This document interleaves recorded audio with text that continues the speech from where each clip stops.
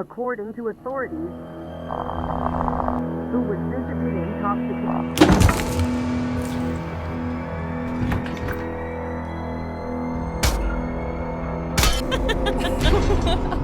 Watch out!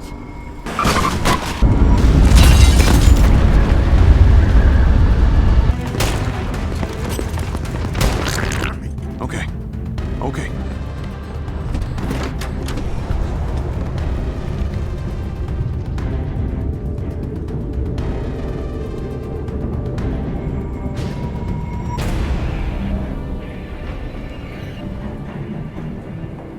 This is our one special place. You really want to destroy everything? Come back inside.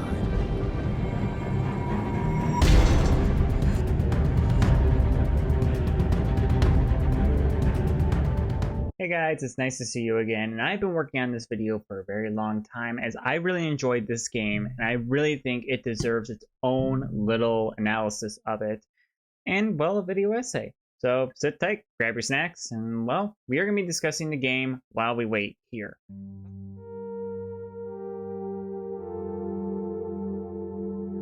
The hard part about this game is that we don't know the ongoing story. Not much of it is explained other than the main plot points. But there's a lot of things that don't make sense for it being taking place in a real world. So today I will be discussing each character, their plot lines, as well as a narrative story of the game with its endings, and what I think the theory might be about this game. By the way, just a little heads up, there are some pretty deep topics on this, so discretion is advised. And also, spoiler alert, I'm literally going to spoil the game for you if you haven't played it yet. So let's get straight into it.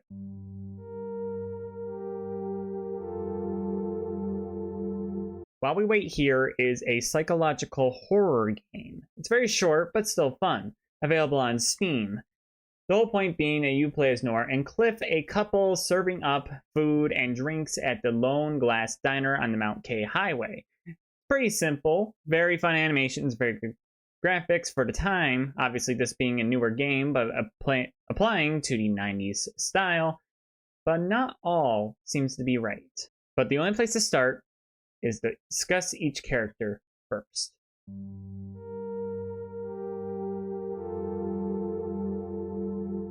Nora is a young woman who is married to her husband Cliff, and together they run Nora's father's diner, the Lone Glass, located on Mount K Highway in the southern United States. Where in the southern United States, we don't know exactly. We just know that's where the area is. It is noted that the diner is somewhat popular with the locals, especially close friends of the couple.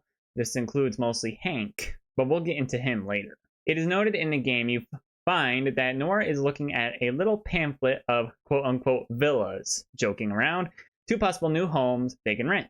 Nora wants to go to a city apartment, noting that it is close to a famous art school, where she could start studying again. This notes that she does have a passion for art, but did have to give it up so she could run her family's diner. Come on, let it go. Instead, look at what I found.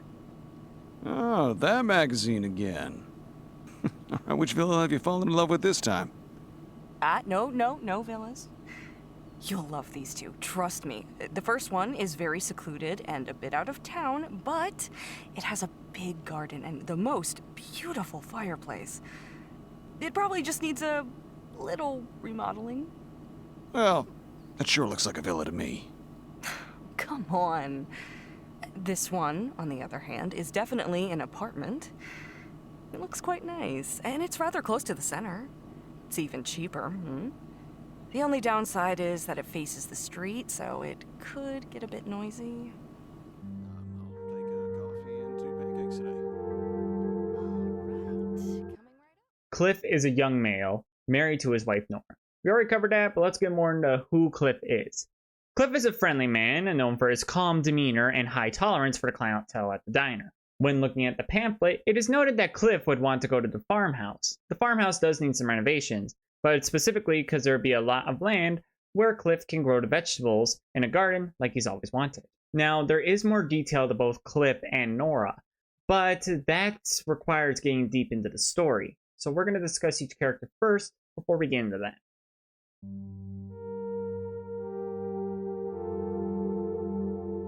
Hank is an old soul who has lived in the area his entire life and is a frequenter of the Lone Glass Diner. It's pretty obvious that he's a good friend with Cliff and Nora.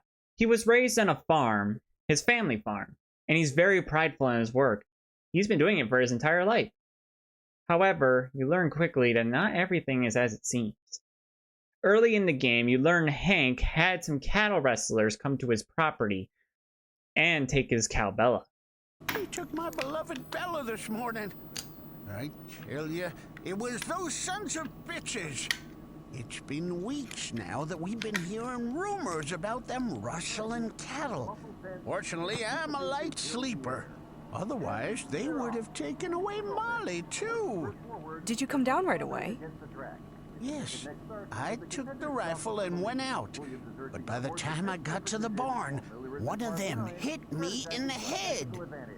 These people need to be taught a lesson. They must be taught to think twice before breaking into other people's houses. They should consider themselves lucky not to have caught a bullet to the head. Maybe it doesn't have to go that far. But I agree, they're absolute assholes. At least they didn't take them all. What else would I have to keep me busy if I didn't have my cows? Have you already reported the theft? What the fuck do I tell the cops? They wouldn't find her anyway. What a shit time we're going through. You should wait for them with your rifle pointed. Rest assured that if they come back, they'll get what's coming to them. Hank did try to defend, rifle in hand, only to be knocked out by one of the intruders.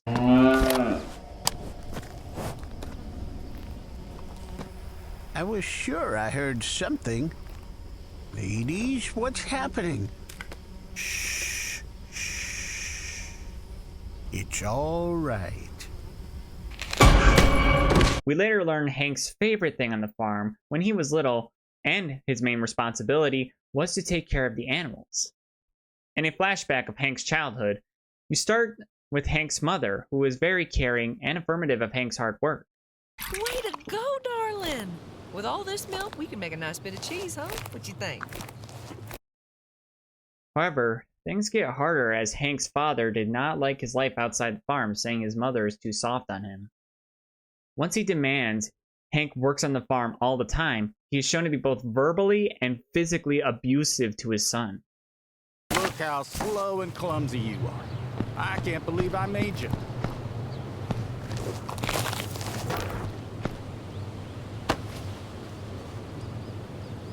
Keeping quiet, huh? Pretending it's all roses and sunshine. Your mother's always been too gentle with you. You'll spend all your time working with me now. That way, I can teach you how to live. Someday you'll thank me.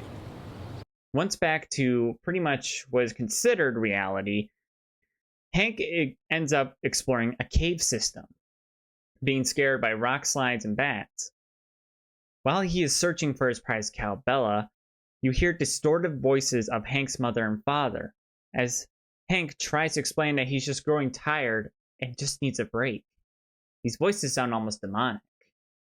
Hank, what happened? It was your job to take care of them. I can't take it anymore. I'm so tired. Bella, where the damn hell are you? Come back to Mama. Real shame, Hank. They come to steal into your home like it's nothing. I've always done everything you've asked of me, but it has never been enough for you. Eventually, you do find Bella. But before you can do anything, Hank's father, a demonic version of him, rotted, missing eyes, and covered in mud, shows up and chases you down. You're able to escape him, but once you do, the last thing you see is the tornado and storm present throughout the game. Fucked up, boy. Stop slacking and do your job. I can't. I'm so tired of all this. I just want a little peace. Why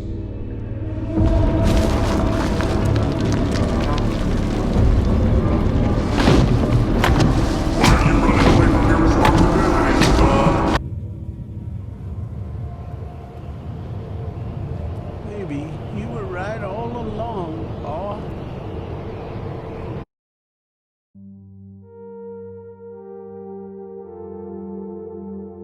Eddy is a local conspiracy theorist on the hunt for aliens. He is your very typical stereotype of one who believes the government is hiding stuff and scientists are lying. Yes, he is a flat earther. Something. Who the hell is this guy?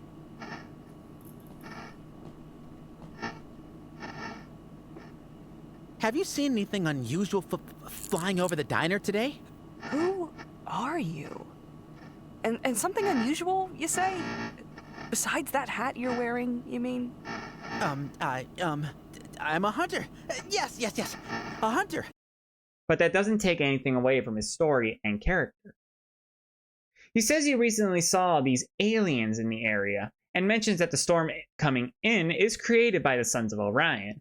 Not much is explained about this though. Eddy lives in a trailer that shows he is very unkempt and has neglected calling his mother. It is noted that he was seeing a psychiatrist, but he doesn't trust him anymore, and has not been taking his medication for his mood, as his mother calls it.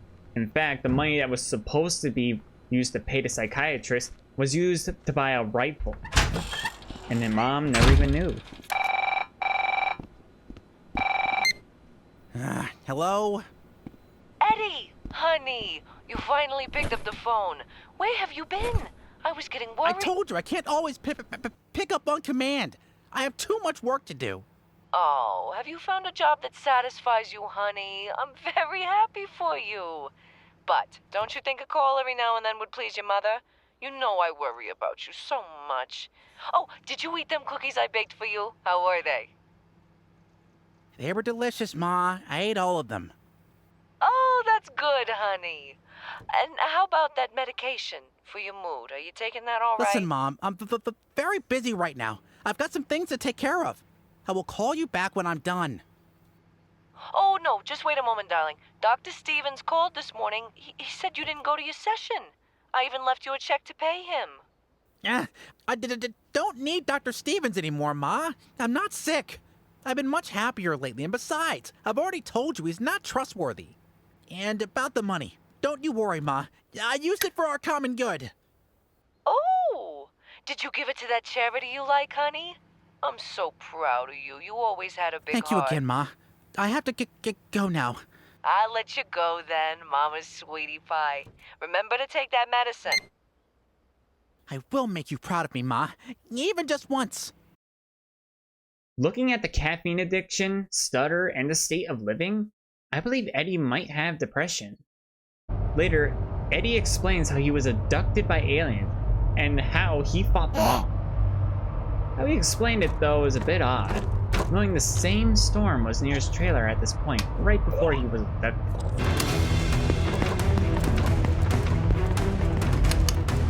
How come they couldn't stop you as soon as you woke up? I caught them by surprise and knew right away they didn't intend to kill me. They wanted to sedate me for some of their nasty experiments.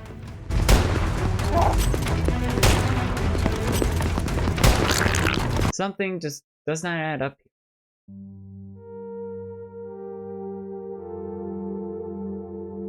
Alex and Lisa are two girls enjoying their young lives. While Lisa is always getting into trouble, Alex acts as a big sister to her, trying to protect her from harm or danger.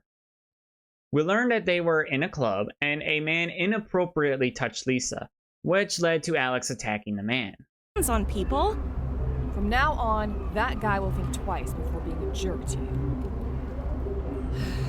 Well, we can add that place to the list of all the other places we can never set foot in again. How many are we at? This is the 6th or 7th club? I can't remember.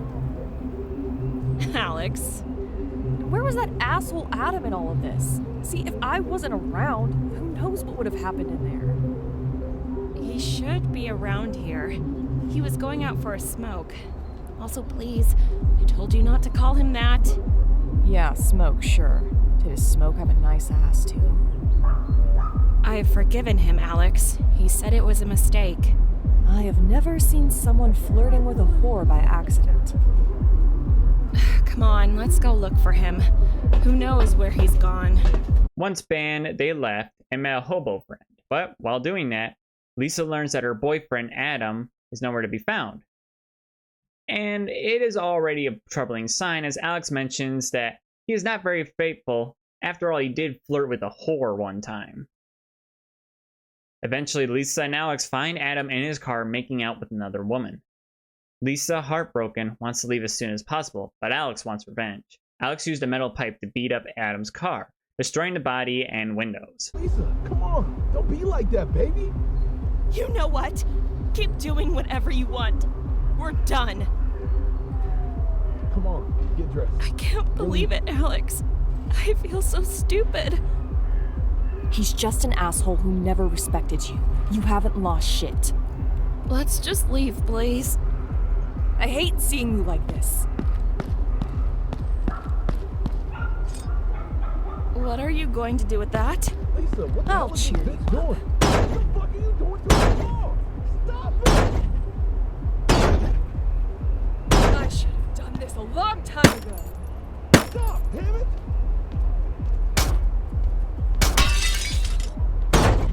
Enough, Alex. We better go. Once they left, Alex and Lisa were having a talk, which resulted in Alex giving Lisa some life lessons. Eventually, the two get into an accident, hurting a man. Yes, that's a solution. But don't you find it a little unfair? I mean, you have to leave because of that jerk? Better to solve it the old-fashioned way, don't you think? This course, then, is suggesting that I punch him in the face? That's right. See how many things you learn by applying yourself? He'll wake up in the morning after with a big bruise reminding him what a shitbag he is. Your test is almost over. Let's see if I was able to educate you properly. Here's the last scenario. Your ex cheated on you. Sounds familiar. What are you going to do? Well, let me think. Maybe if we exchange a few words, we can clarify the situation peacefully. No! You smash up his car, Lisa! You smash up his car. Watch out!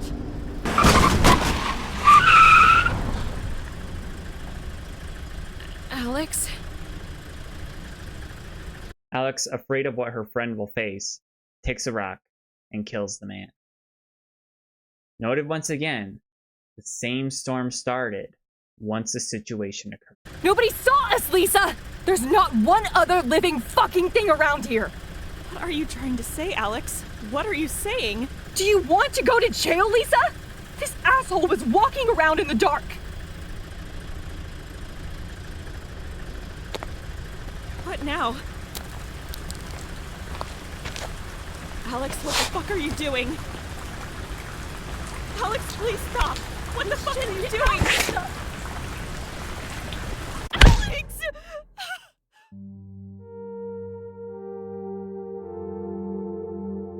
William and Rachel are a married couple with a baby girl.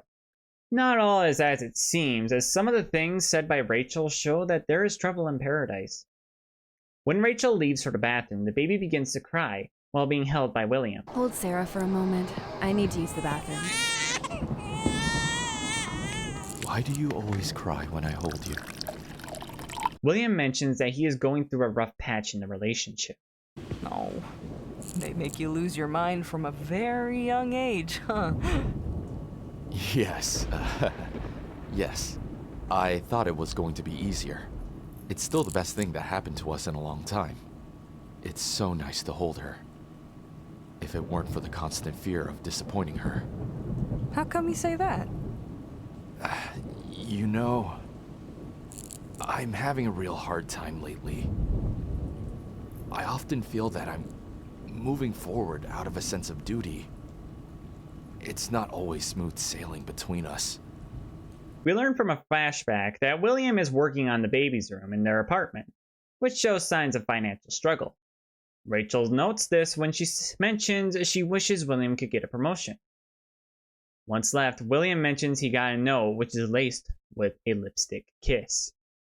As he paints, he takes a moment to read the letter from Mandy. To my William, I have never felt like this before.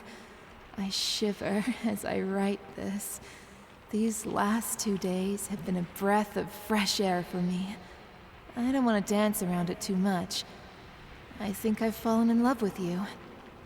I know it all started as a game. I know we promised to end it right there and then. Maybe the situation got a little out of hand. I need to see you. Can you pretend to work late again next Friday? I'll be back in town. I'll meet you at the usual place. Your M. He has been having an affair with Mandy that has gotten out of hand. He has been staying late at his job to be with her. Once he turned around, the walls were covered in words such as monster, bastard, unfaithful, mean, coward, liar, and tell her the truth. Showing that the guilt is eating William alive. He covers it with paint, showing he hides the problem. The same tornado can be seen outside.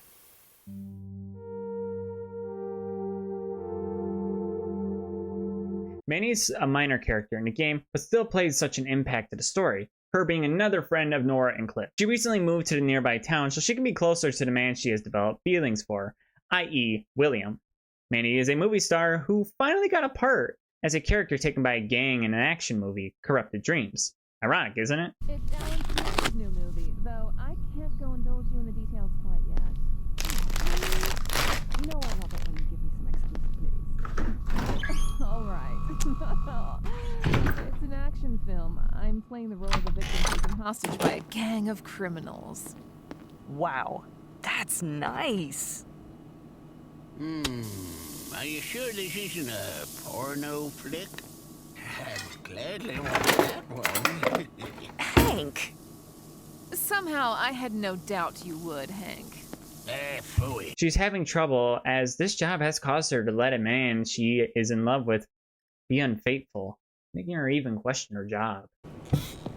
How come Hank is so on edge? Well, he's on edge because I told him I want to stop acting. She quit her job for that guy she met. Does that seem normal to you? Not everyone lives to work like you always did, Hank. You've always wanted to be an actress, and now that you've succeeded, you want to give it all up? Things change. You should review your priorities too sometimes.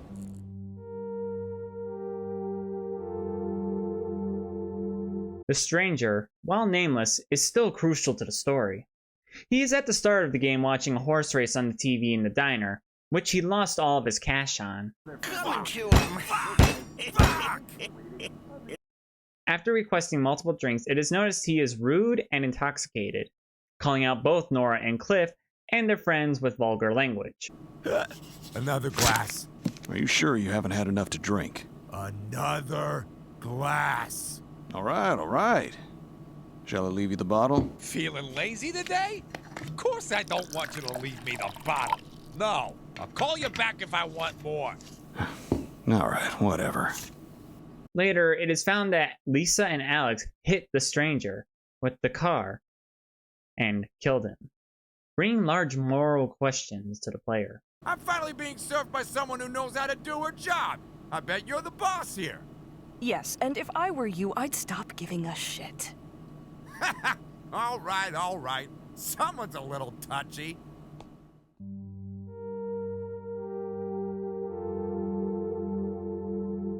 At this point in the video, we are going to get into the central story of the game. While it is important to discuss every character, it's more important that we go from both the perspectives of Nora and Cliff, both characters you can play as, depending on one choice.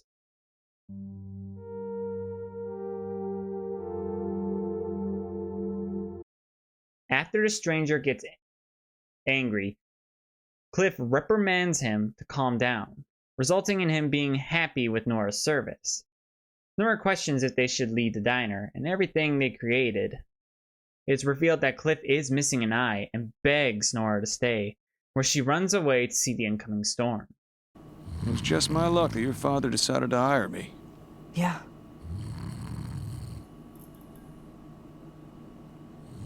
It's been so long now. Maybe it's time for me to go. No, Nora, stay with me. A little longer. This place, it needs you.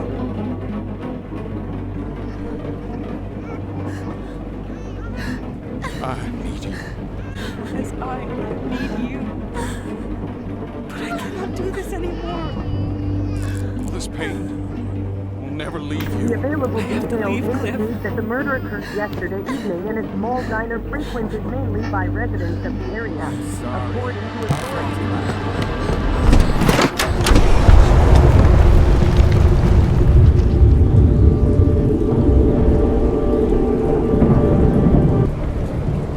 This is our one special place.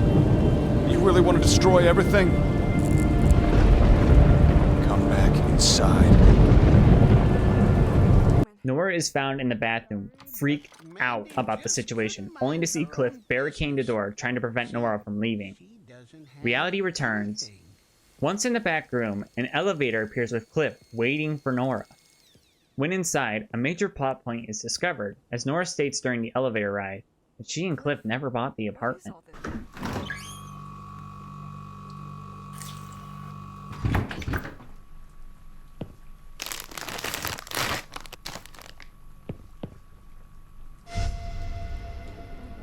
Do me a favor and take that suitcase.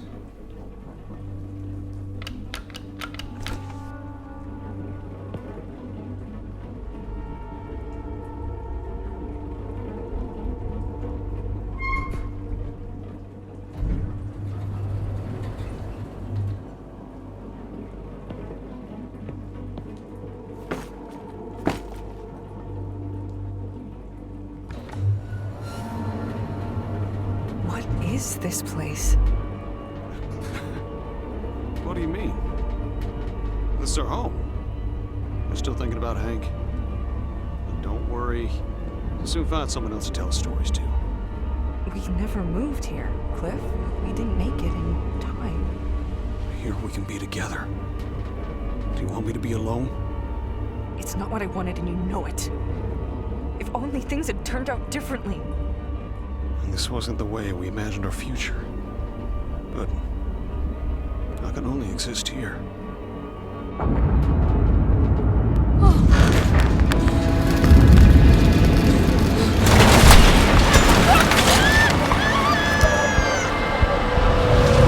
Later, Cliff calls Nora over to the window to look at shadows of people passing by, like figments of imagination.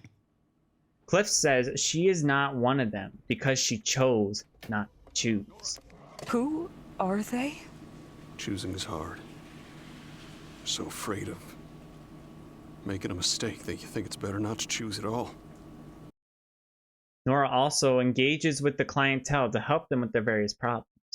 At a point in the story, the power goes out in the diner, resulting in Nora, or Cliff, depending on who you have to play as, going to the back room to turn the power back on by fixing the fuse box. When fixing the fuse box after the power outage, she hears the sounds of gunshots. She enters the dining room, which is flooded, and all the clients are dead except the stranger, who demands a drink.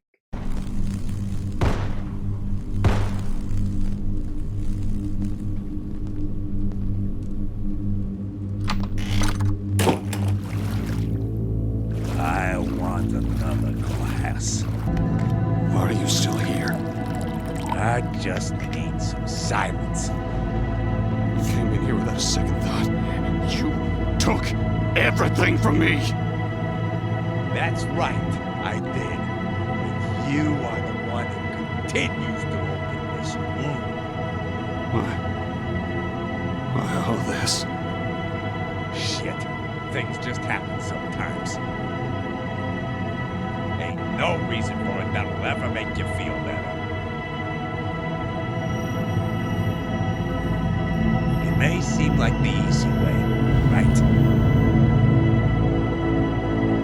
Cliff? This little issue ends with Nora contemplating the worst decision one could make. Later, Nora will have a flashback to when her father owned the diner. She serves the customers when Cliff shows up, ordering his 2 pancakes and coffee like usual, showing their deep connection before they got married.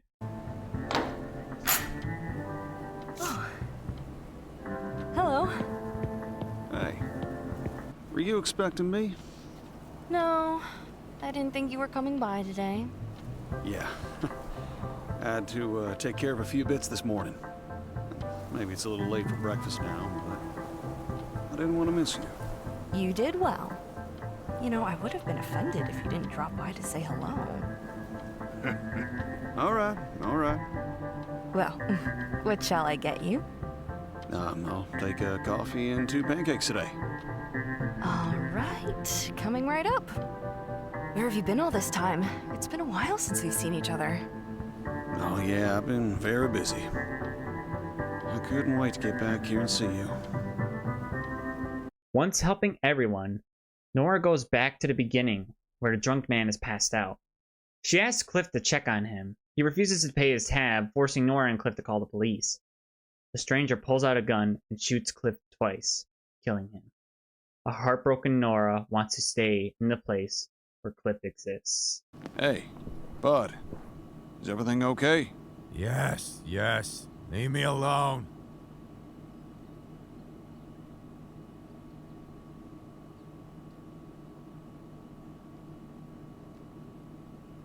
Are you sure you're all right?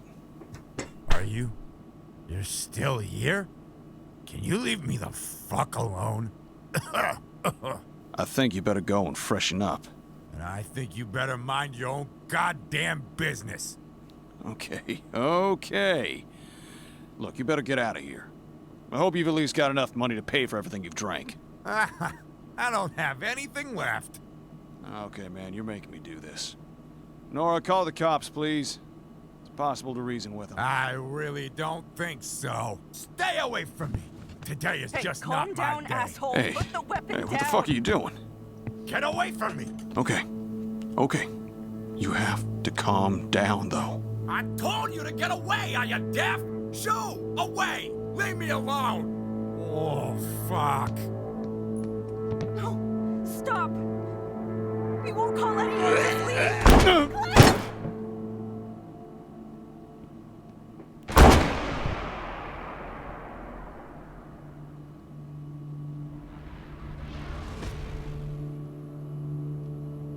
Cliff! Cliff, fucking look at me. Answer me! No, Cliff, please, wake up.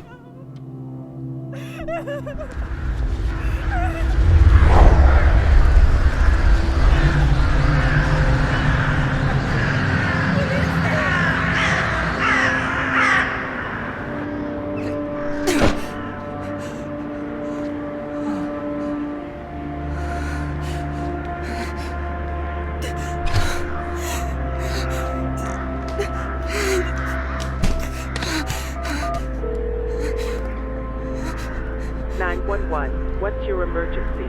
Help me, please. My husband has been shot. Please bring help. Calm down, lady. Where are you and who shot your husband? We were in our diner, the lone glass on Mount K Highway. Please hurry. Hello? Hello, can you hear me? Please answer me.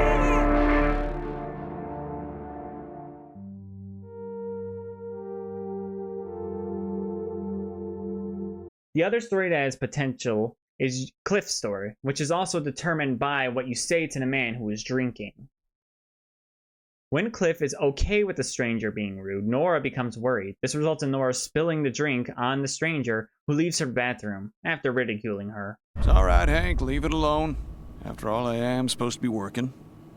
I'll be right there. That guy is too on edge. It would have been better to say something to him. He's drunk. It's better not to indulge him. Oh my god, I'm so sorry. I'll get you something to dry yourself right away. What the fuck are you doing?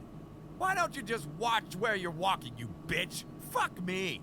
Calm down. I'm sorry. I didn't mean to. Really? I'm supposed to calm down? Why don't you go fuck yourself? This time, when Cliff enters the back room, he sees a forensic scientist who says he can leave. Back in the main lobby, more investigators are looking at a crime scene with one body bag. The TV is playing a broadcast connected to the incident.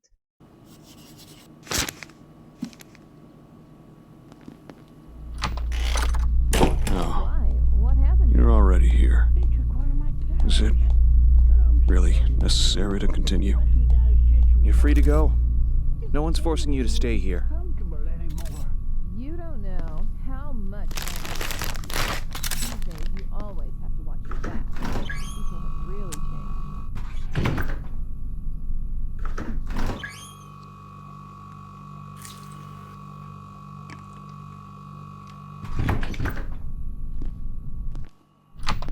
The available details indicate that the murder yesterday frequented mainly by residents. According to authorities, who was visibly intoxicated, entered the diner and started trouble. Cliff, when talking to Nora about leaving for the day, she begs him to stay, thinking he doesn't love her anymore. He also encounters the same storm when trying to leave. Yeah. Nora, please. Can I go now? You don't have to leave. There's still people to help here.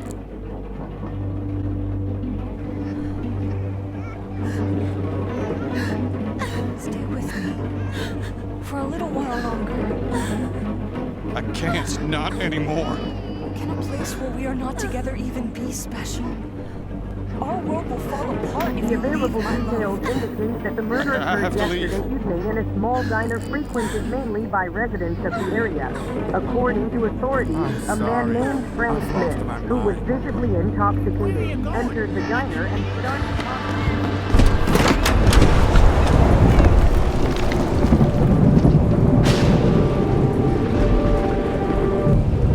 Everything will be destroyed! Come back inside! This is our only shelter! Once back to reality, Nora is the one barricading and bothering Cliff with him deciding not to choose. When in the back room, a ladder to an attic appears. Once climbed, Cliff finds Nora talking about the beautiful farmhouse. Again, he mentions that they never bought the house. Noticing Nora's bloodshot eyes and her neck being bruised.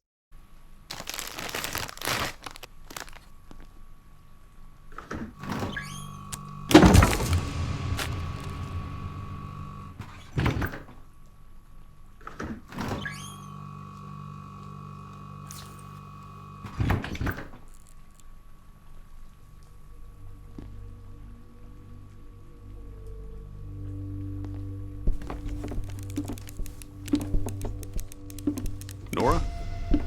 Oh, there you are. The view is gorgeous from this spot. What do you think about putting the old boxes up here? Sure, it's a little dusty, but at least they won't get in our way downstairs. How about it?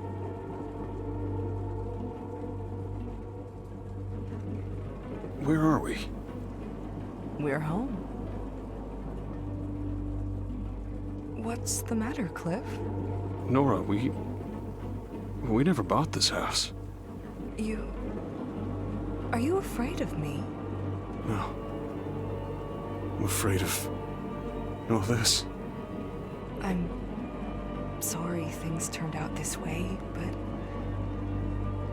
this is the only place where I'm still alive.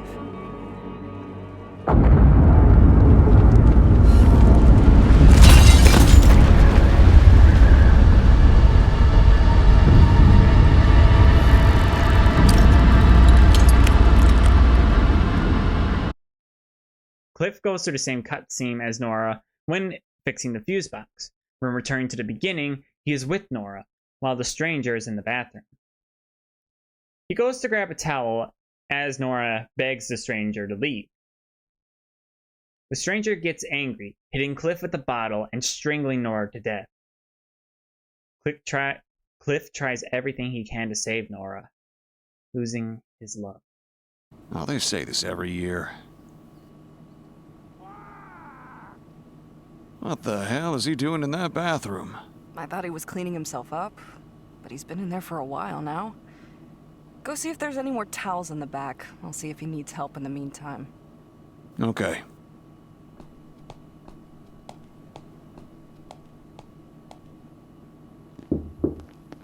Hey, can you hear me? Do you need any help? Can you step I can't find the rag. Where did you put it? To remind you that you don't live here and that you cannot just barricade yourself in our bathroom like answer? this.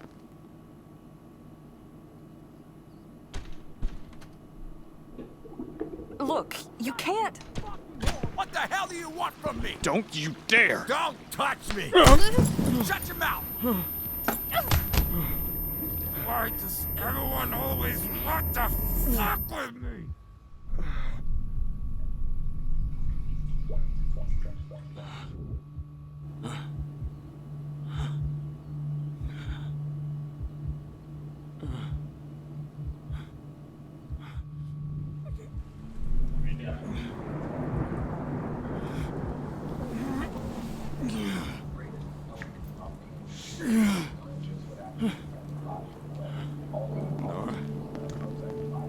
Nora. No. We're gonna find help. We're gonna find help.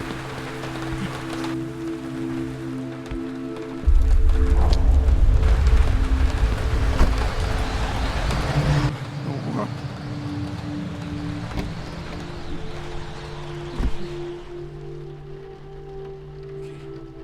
Okay.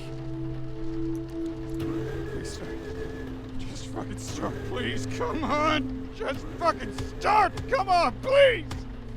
Fucking please. Come on, start.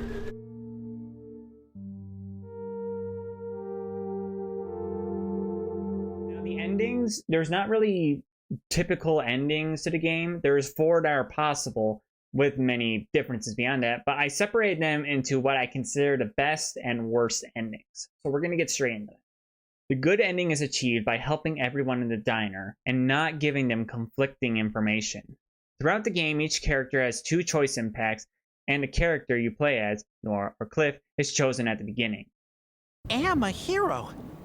Why doesn't anyone believe me? You believe my story, right? Sure. Eddy, forget what others are saying. They are boring. The important thing is that you are happy. I'm really happy. It feels good to finally feel useful. Hank loves what he does too much. It's his life. I am happy with all I've built for myself. Despite certain dark times, this work has always marked my life. I would be lost without it. What a mess. Want some advice? Think about it. You've got responsibilities. Also, you surely wouldn't want to hurt your wife. Mandy. She won't take it well. I know Mandy. She won't blame you for doing the right thing. Yes, she will understand. We both know what we did was wrong. Until now, I hadn't been able to talk to anyone about it. I have to put my daughter and family first. Thank you for listening to me. This is a really fucked up situation. It's better to keep this between us. Finally, someone who is thinking straight. We will find a way to erase everything that's happened. Thank you for listening to us. Are we doing the right thing? Once you helped everyone in the diner and they leave, as well as Nora and Cliff, knowing they need to move on. In the car, the stranger appears, but Cliff and Nora finally lets go of the anger towards the stranger, leaving the diner as the opposite ghost watches.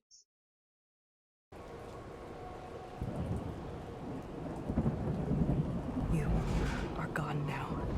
I have to accept that. Cliff, I was able to help these people.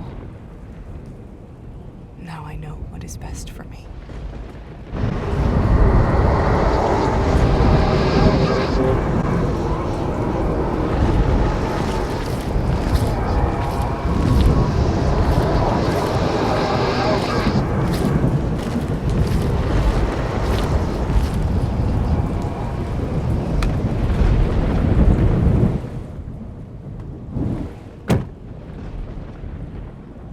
So, you're finally leaving. Yes. And you will not come with me. What sense does it make to continue to wait for something that will never return?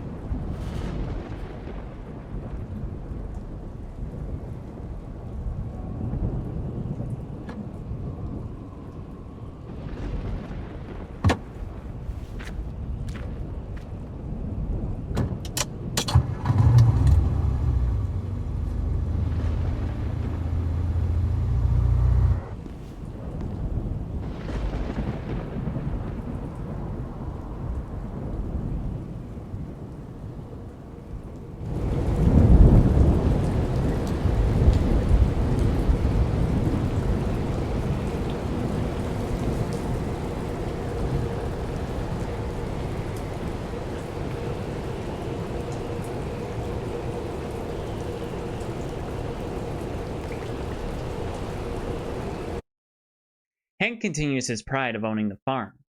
Eddy continues to hunt aliens and even gets a hint they exist. Lisa and Alex provide the stranger a proper burial. William and Rachel fix their relationship and are happy once again. And Mandy continues her job, making the player know they fix so much more than Nora and Cliff's trauma.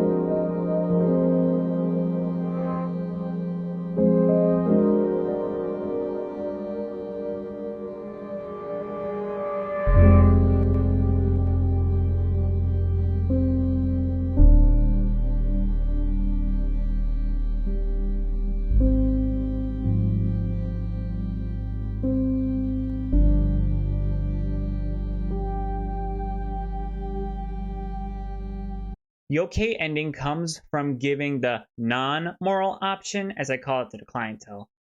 Nora or Cliff still chooses to leave, but other characters have unknown futures. Hank gives up on farming and takes a vacation, losing his passion. Eddy loses his will and passion as he gives up on his conspiracy theories, not making his mom proud like he wanted. Lisa and Alex go to the police station to report the accidental murder, their future unknown. William divorced Rachel, spending the rest of his life with Mandy, leaving Rachel financially vulnerable and a single parent. This makes the player question, did you make the right choices?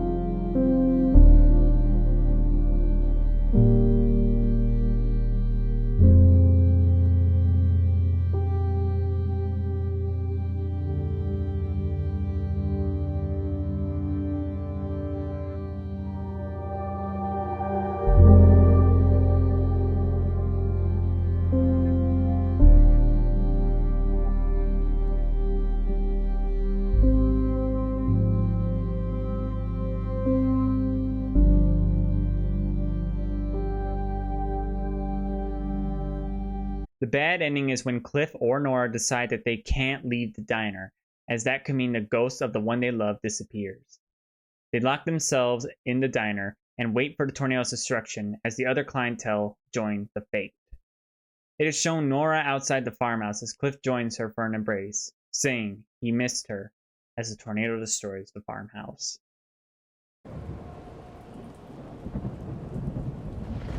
It's better to go back inside.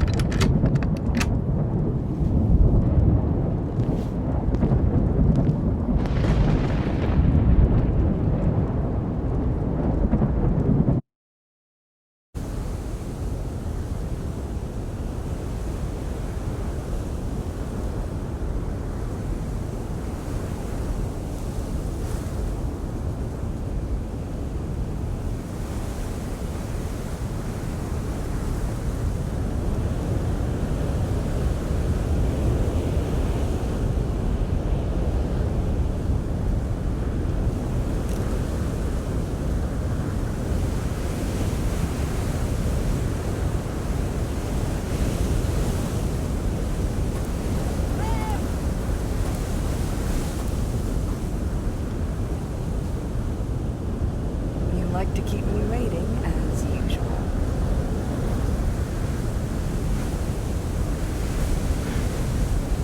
I missed you so much.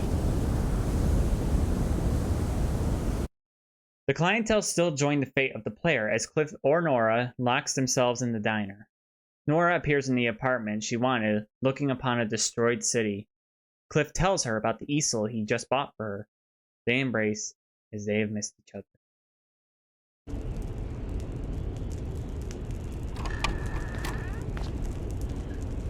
Oh, well, there you are at last.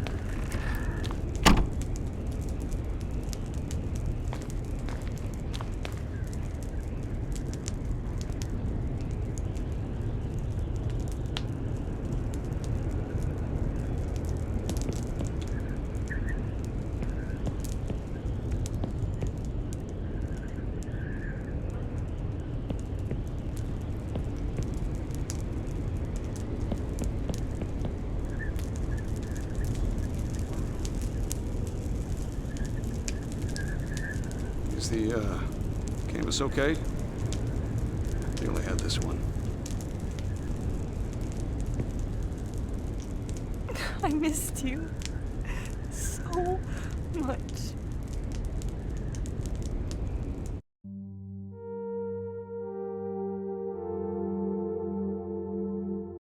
Now here comes the story theory. This has not been confirmed. This is simply from what I think.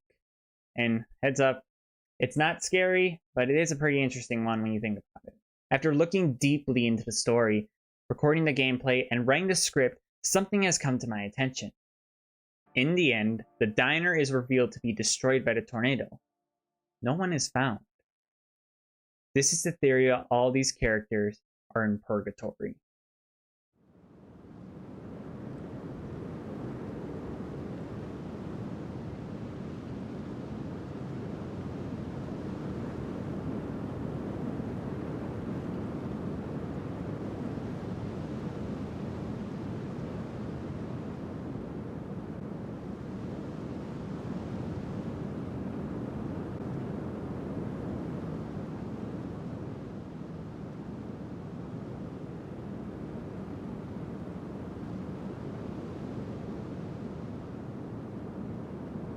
If you have noticed, shortly after the characters encounter a hard situation, the tornado and storm shows up. While a tornado is a representation of chaos and fear, the tornado at the end of the game was real. Each character had a significant event happen to them, resulting in their arrival at the diner. Hank, I believe, died after being hit by the crowbar from the intruder, and felt as if he failed for not protecting Bella, his job. Eddy was noted to be not seeing a psychiatrist and taking mood medication. He also had metal items for target practice. I think a bullet went astray after Eddy saw these cardboard cutouts, killing him. When it is noted that Alex and Lisa hit the stranger, it makes me think that car accident killed them. For William, I believe after seeing how the guilt of his affair appeared in his life, he ended it all. The question is, though, why are there two versions of the day? Nora dying or Cliff dying? It was never mentioned who died in the game at the beginning, during the crime scene. Plus, Cliff and Nora don't seem too unfazed by it. Nora and Cliff did die that day, both of them, but their souls blamed themselves on what happened that day, as they could do nothing to stop it. So in the end, either stay in purgatory where the horror hangs over them, or they can move on to the afterlife. But that's all my theory. What do you guys think? So thank you guys for watching. Please like this video so more people can see it, and subscribe to my channel if you are new. I try to do these video essays every once in a while because I really like to analyze games deeply. And we're also trying to get to 500 subscribers by the end of the year, so you can really help me out here. My content typically gets posted on Monday through Friday, and I stream every Saturday at 7 p.m. If you want other content by me, head over to my other channel, Garrett Coliseum's link down below, with my other social medias where I post stuff outside my channel. These weeks may get a little weird for the schedule-wise because I don't know where I'll be spending the summer, either here in Mount Pleasant or back at my hometown. So we're figuring that out. But yeah, thank you guys for watching. I hope to see you again soon. Bye!